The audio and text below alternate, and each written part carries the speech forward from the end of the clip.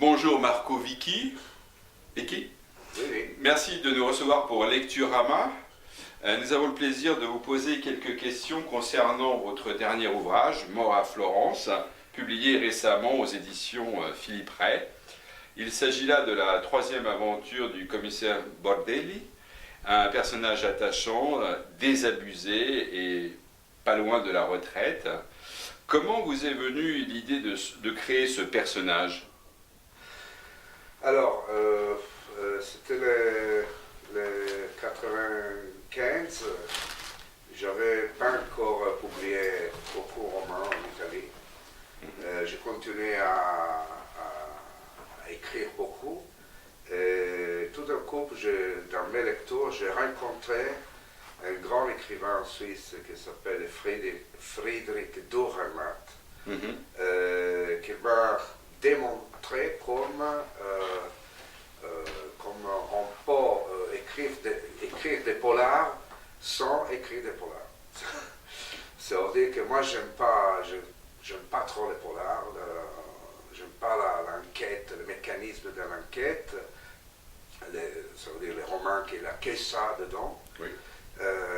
J'aime beaucoup l'enquête humaine, comme dans tous les romans. C'est quand même un parcours de connaissances pour connaître l'esprit humain. Et on peut faire aussi, comme l'a fait Dostoïevski, comme l'a fait Dürrenmatt, comme l'a fait plusieurs écrivains, grands écrivains d'Italie, on peut raconter l'homme à travers les crimes. C'est ça qui m'a beaucoup intéressé.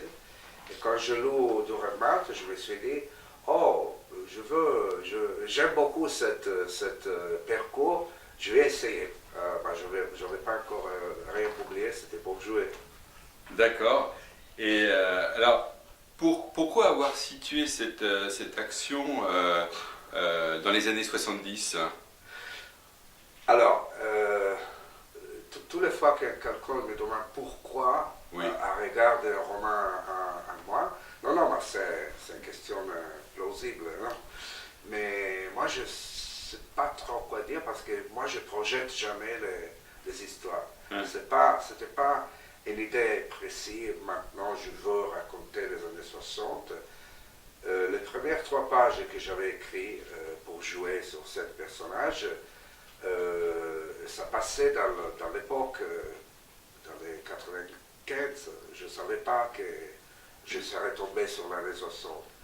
Après 3 pages, le commissaire il est sorti de la centrale de police, il est rentré dans un coccinelle.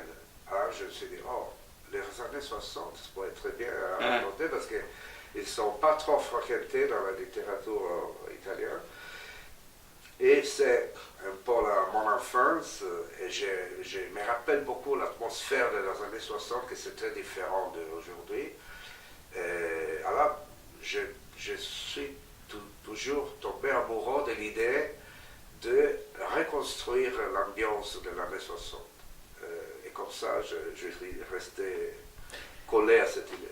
Ben oui, parce qu'en fait, on voit, c'est le départ d'une nouvelle mode, on parle des mini-jupes, on parle d'un certain nombre de choses qui viennent transformer complètement cette société avec ce personnage qui est là un peu comme un spectateur à regarder ce qui se passe.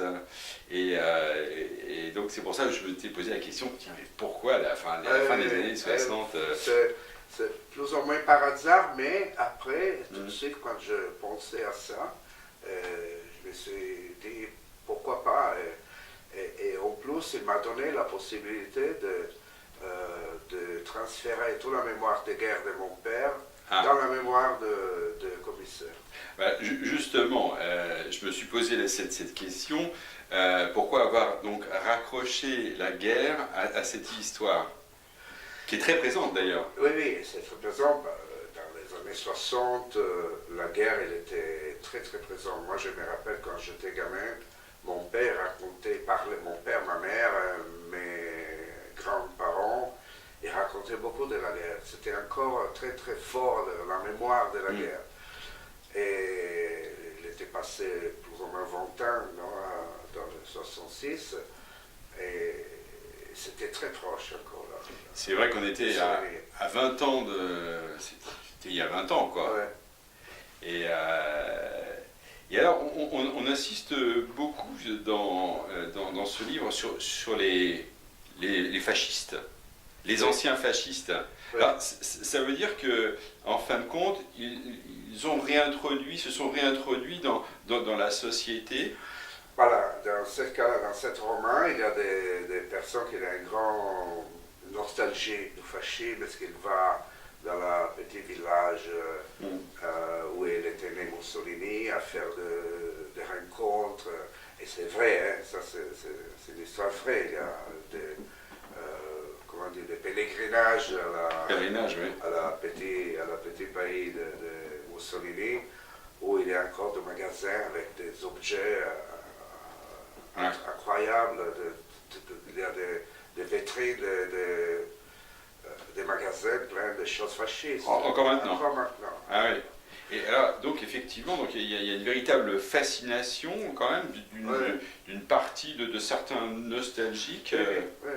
Mais ça, c'est l'histoire qu'il y a dans le roman des personnages, oui. Tout ça, de nostalgie. Mais c'est vrai qu'en Italie, après la guerre, ils se sont trouvés à dire comment on fait à gérer les préfectures, le central de police, toute cette grande administration de la justice.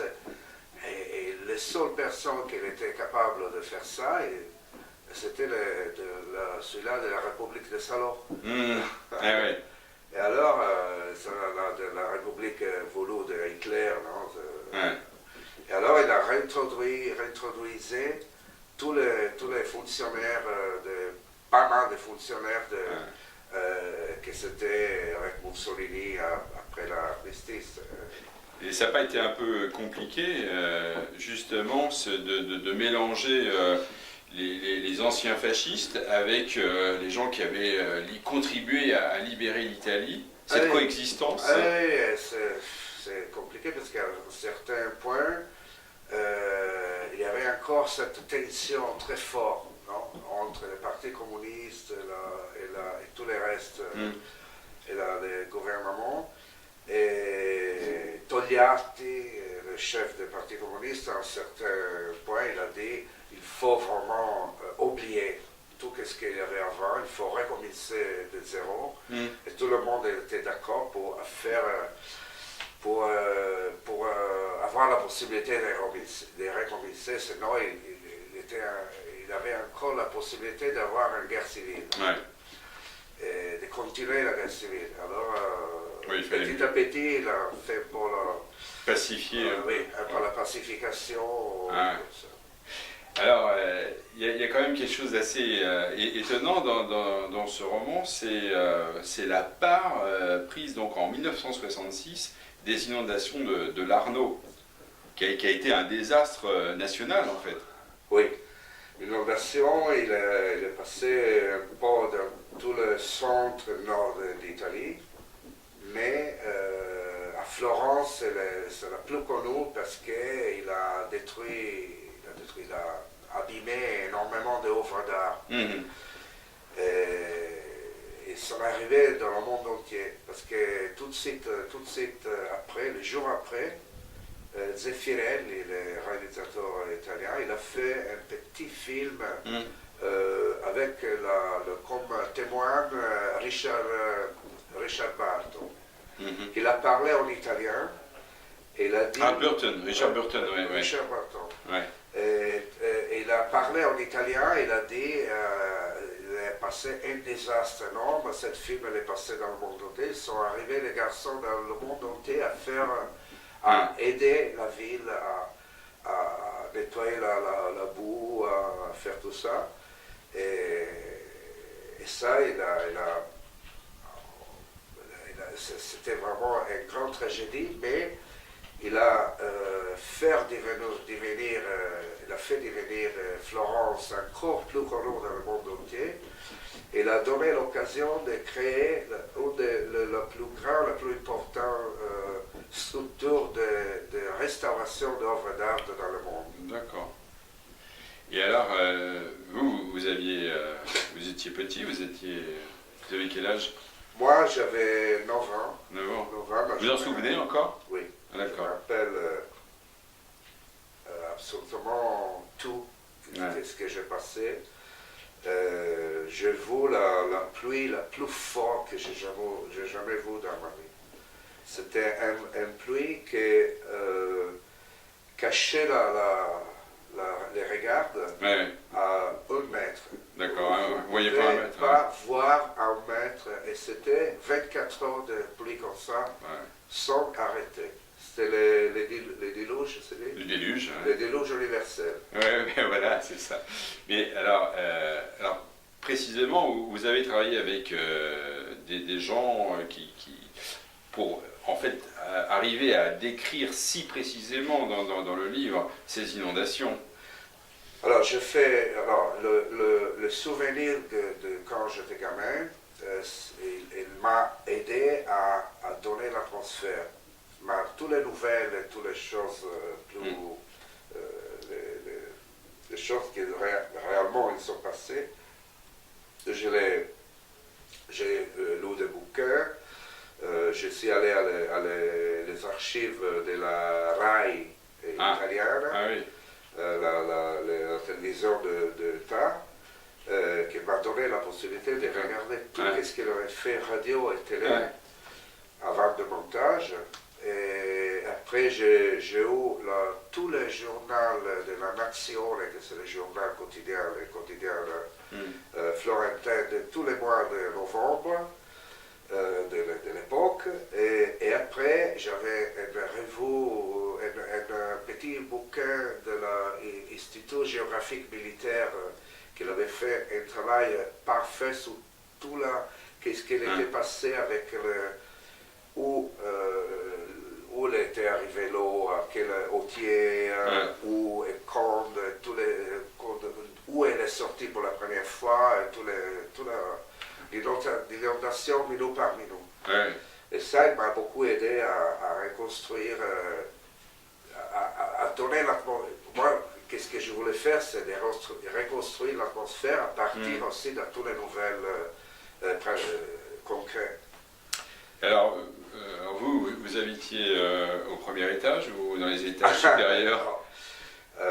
Moi, dans 7 jours, j'étais à la maison de campagne, sur les collines, où j'habite maintenant. Dans la ville aussi, on habitait sur les roues qui montaient, c'était hors des inondations. Oui, parce que justement, je me posais la question si vous viviez à Florence, parce qu'il y a une description... Allez, moi je suis né et grandi à Florence. Ah oui, d'accord. Bon, une question que je me posais, parce qu'effectivement, les descriptions des rues et des lieux sont très, très précises. Et d'ailleurs, entre 1966 et maintenant, les choses ont changé, enfin, les rues sont... Non, les rues, non, dans le centre, ça n'a pas changé. Du tout. C'est seulement les vitrines, les magasins, mais parce que l'Arnaud, il a un peu détruit tous les magasins qui étaient artisanaux. Il a changé un peu cette configuration. Cette situation. Les rues du Moyen-Âge, de la Renaissance, ils sont restés comme ça.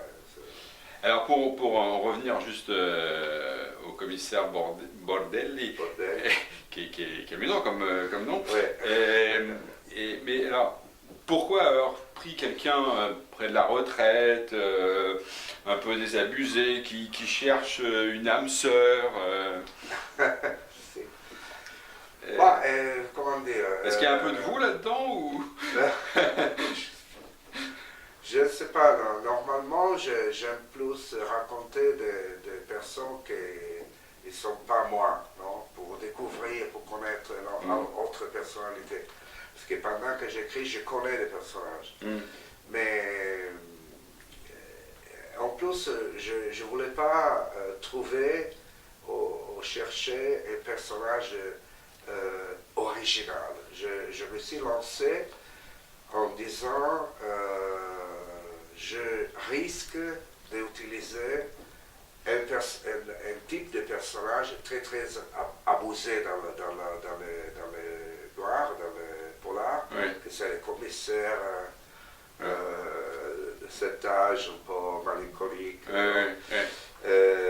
Mais après, à partir de là, je le suivais dans sa originalité. Mais je suis parti d'un personnage que Vous j'ai l'avez utilisé de tant de fois. vous l'avez laissé vivre en fait. Ouais. Bon bah écoutez, alors je voulais savoir quels étaient vos projets. Les suites du commissaire Boldelli. Alors, Il va arriver à la retraite là. Oui, j'espère qu'il va arriver la traduction parce que après cet roman qui est sorti en France, maintenant à Florence, en Italie, ils sont déjà sortis autres 3 romans de commissaire Boldelli, que c'est la suite. La suite Numéro 4. D'accord. Oui, il y a 3 avant de ça. Oui. Et 3 après ça. Ah. Ils sont 7 en Italie. On est en retard. Et maintenant, il va sortir le dernier à la moitié de novembre en Italie, que ça passe dans les 68. D'accord. C'est un autre, un de très important pour l'Europe. Bien sûr, complètement. Bah écoutez, donc on va suivre tout ça. Merci beaucoup Marco Vicky. Merci à vous.